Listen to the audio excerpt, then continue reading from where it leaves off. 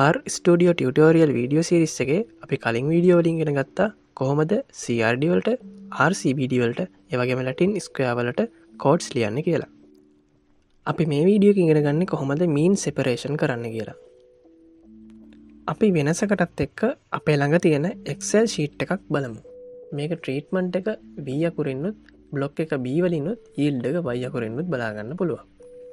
අපි බලමු කොහොමද මේක R Studio software එකට හරියට import කරගන්න කියලා. import කරගන්න කලින් මම මුලින්ම software එකේ hashtag වලින් අපේ අලුත් segment එක වෙන් කරගන්නවා. ඊට පස්සේ අලුත් මාතෘකාව විදියට mean separation කියලා hashtag එකක් එක්ක දානවා. ඊට පස්සේ මම ලියපු කෝඩ් එක මම run කරගන්නවා. දැන් මම ඔයාලට පෙන්නපු Excel file එක අපි import කරගමු.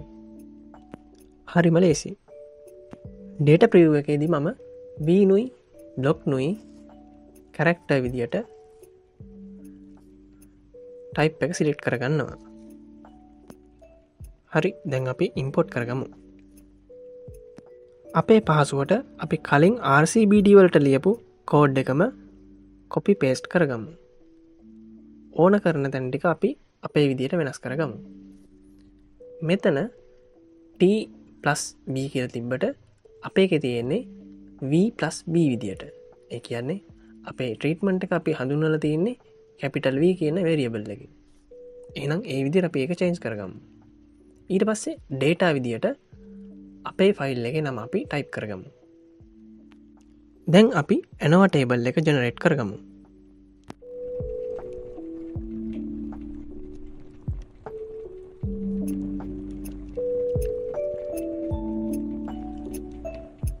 අද අපේ ටොපික් එක තමයි mean separation procedures.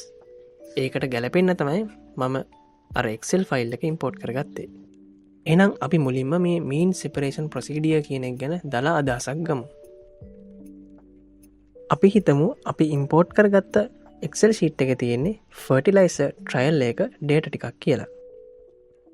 ඔයාලා මේ පාඩමේදී ඉගෙන ගත්ත hypothesis ගැන. ඉතින් මේ fertilizer trial එකටත් අපි hypothesis දෙකක් හදාගන්නවා. එකක් තමයි null hypothesis. ඒකද කියන්නේ අපි පාවිච්චි කරන හැම ෆර්ටිලයිසර් ට්‍රීට්මන්ට් එකක්ම සමානයි, ඒ වගේම ඒ වගේන් දෙන්නේ සමාන yield එකක් කියලා. එතකොට null hypothesis එක කියන්නේ ඒකට. alternative hypothesis එක කියන්නේ අපි හදන ෆර්ටිලයිසර් ට්‍රයල් එක අඩු ගානේ එකක් හරි අනිත් එකට වඩා වෙනස් කියලා. ඒකෙන් එන්නේ වෙනස් yield එකක් කියලා. ඉතින් අපි මැනුවලි හරි එහෙම නැත්නම් software එකෙන් හරි ANOVA table එකක් හදලා බලනවා අපේ මේ hypothesis දෙකෙන් මොකක්ද accept උනේ කියලා. අපි කොහේ හරි ලියද්දි අපි ලියන්නේ නැහැ accepted කියලා. අපි ලියන්නේ fail to reject කියලා. ඒකත් මතක තියාගන්න. හිතන්නකෝ අපේ null hypothesis එක reject උනායි කියලා. ඒ කියන්නේ තව විදිහකින් කියනවා නම් alternative hypothesis එක fail to reject උනා කියලා. එතකොට අපි බලන්න ඕනේ තව ටෙස්ට් එකකට. ඒකට තමයි කියන්නේ mean separation procedure කියලා. ඒකදී අපි බලනවා මොන fertilizer treatment එකද අනිත් එකට වඩා වෙනස් වුනේ කියලා. ඉතින් mean separation procedures තුනක් තියෙනවා. එකක් තමයි LSD test එක. අනිත් එක තමයි Tukey test එක. මම කෙටියෙන් කියන්නේ අන්තිම එක තමයි Duncan test එක. අපි බලමු අපි software එකට import කරගත්ත Excel sheet එකෙන් ගත්ත ANOVA table එක දිහා. ඔයාලට බලාගන්න පුළුවන් මේකේ P value එක එහෙම නැත්නම් probability එක ගොඩාක් අඩු වගේ එක තමයි තියෙන්නේ. සාමාන්‍යයෙන් 0.05ට වඩා අඩු වගේක් නම් මේක statistically significant කියලා කියනවා. ඒ කියන්නේ වෙනසක් තියෙනවා treatment අතර. ඒ වගේම block අතරත් වෙනසක් තියෙනවා කියලා ඔයාලට බලාගන්න පුළුවන්. ඒ කියන්නේ මේකෙදී අපේ null hypothesis එක reject වෙනවා. ඒ කියන්නේ alternative hypothesis එක select වෙනවා. ඊළඟට මම hashtag එකත් එක්ක LSD test කියලා note එකක් දාගන්නවා. ඊට පහලින් මම කෝඩ් එක type කරගන්නවා.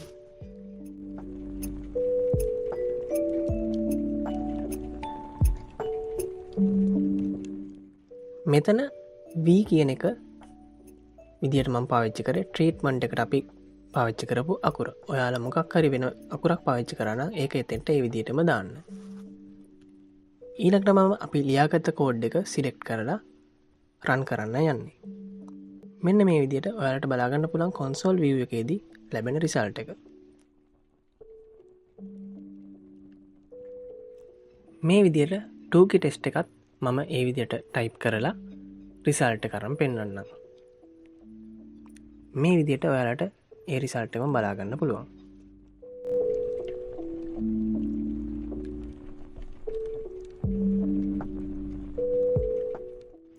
අපි අන්තිමට මද කතා කරන්න ඩන්කන් ටෙස්ට් එක. ඉතින් ඩන්කන් ටෙස්ට් එක කෝඩ් එකත් මේ විදියට ලියලා අපිට රිසාල්ට් එක ජනරේට් කරගන්න පුළුවන් රන් කල්ලා. ඉතින් මේකද වී කියල පාච්චි කරේ ම ට්‍රීට්මන්ට් එක වෙනුවට දාන ලෙට එක විදියට ඔයාලගේ විදියට එක හදා ගන්න. එහෙනම් ඊළඟ වීඩියෝකින් හම්බෙම.